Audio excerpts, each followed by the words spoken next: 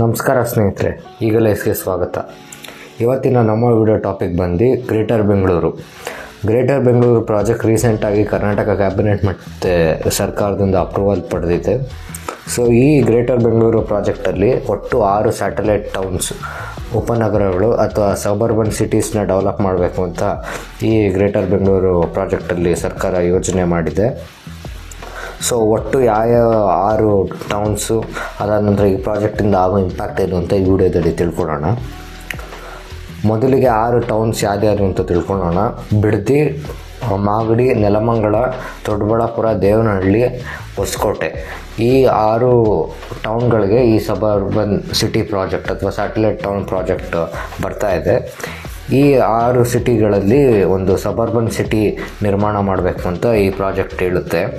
So ಈ project, ಈ suburban ಅಥವಾ ಸ್ಯಾಟಲೈಟ್ ಸಿಟೀಸ್ ಏನಕ್ಕೆ ಸ್ಪೆಷಲ್ ಅಂತ ಅಂದರೆ, ಯೂಶ್ವಲಾಗಿ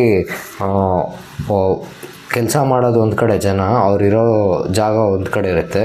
ಯೂಶ್ವಲಾಗಿ ವೈಟ್ಫೀಲ್ಡಿಂದ ರಾಜಾಜಿನಗರದಿಂದ ವೈಟ್ಫೀಲ್ಡ್ ಈ ಥರ ಅಪ್ ಆ್ಯಂಡ್ ಡೌನ್ ಮಾಡ್ತಾರೆ ಕೆಲಸಕ್ಕೋಸ್ಕರ.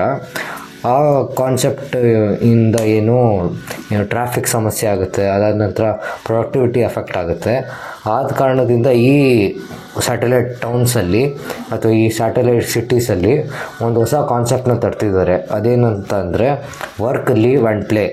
ಅಂದರೆ ಕೆಲಸ ಅಲ್ಲೇ ಮಾಡಿ, ನೀವು ಅಲ್ಲೇ ಒಂದು ಮನೆ ತೊಗೊಂಡು ಅಥವಾ ಒಂದು ಮನೇನ ಬಾಡಿಗೆ ತೊಗೊಂಡು ಅಲ್ಲೇ ಇರೋ ವ್ಯವಸ್ಥೆ. ಅಂದರೆ ರೆಸಿಡೆನ್ಷಿಯಲ್ ಏರಿಯಾನೂ ಇರುತ್ತೆ, ಟೆಕ್ ಪಾರ್ಕ್ಸು ಇರುತ್ತೆ, ಅದಾದ ನಂತರ ಕಮರ್ಷಿಯಲ್ ಏರಿಯಾನೂ ಇರುತ್ತೆ ಈ ಸಿಟೀಸಲ್ಲಿ.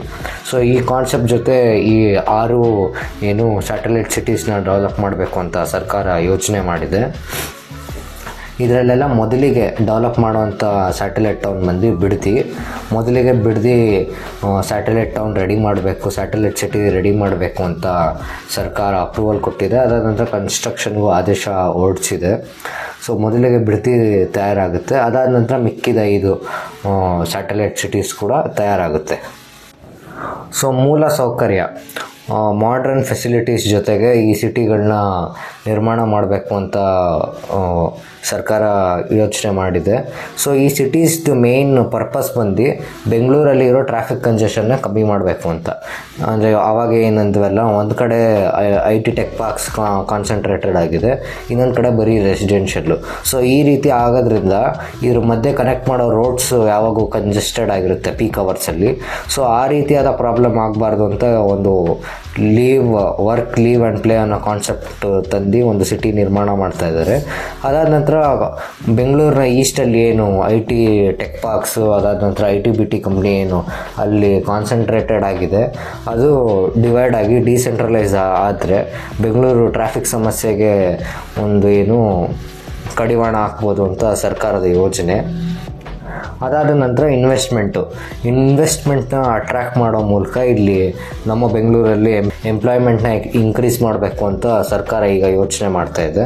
ಆದ ಕಾರಣದಿಂದ ಈ 6 ಸ್ಯಾಟಲೈಟ್ ಟೌನ್ಸ್ನ ಪ್ಲ್ಯಾನ್ ಮಾಡ್ತಾ ಇದೆ.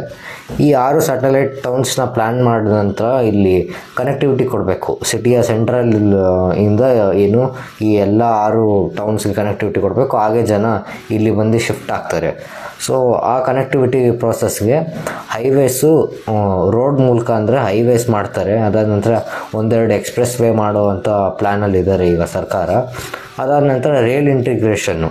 ನಮ್ಮ ಬೆಂಗಳೂರಲ್ಲಿ ಸುಮಾರು ವರ್ಷಗಳಿಂದ ರೈಲ್ ಇಂಟಿಗ್ರೇಷನ್ ಆಗಿರಲಿಲ್ಲ, ಸಬರ್ಬನ್ ಪ್ರಾಜೆಕ್ಟ್ ಇರಲಿಲ್ಲ, ಅದಾದ ನಂತರ ಸಿಟಿ ಒಳಗೆ ಲೋಕಲ್ ಟ್ರೈನ್ಸ್ ಇರಲಿಲ್ಲ.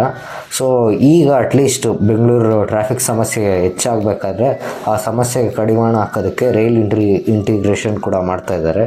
ಸೊ ಇಲ್ಲಿ ಏನಂತ ಅಂದರೆ, ಇವಾಗ ದೊಡ್ಡಬಳ್ಳಾಪುರ ಸಿಟಿ ಸೆಂಟ್ರಲ್ಲಿಂದ ದೊಡ್ಡಬಳ್ಳಾಪುರವರೆಗೂ ಒಂದು ರೈಲ್ ಲೈನ್ನ ಮಾಡಿ ಅಲ್ಲೊಂದು ರೈಲ್ವೆ ನೆಟ್ವರ್ಕ್ನ ಮಾಡಬೇಕು ಅಂತ ಸರ್ಕಾರ ನಿರ್ಧಾರ ಮಾಡಿದೆ.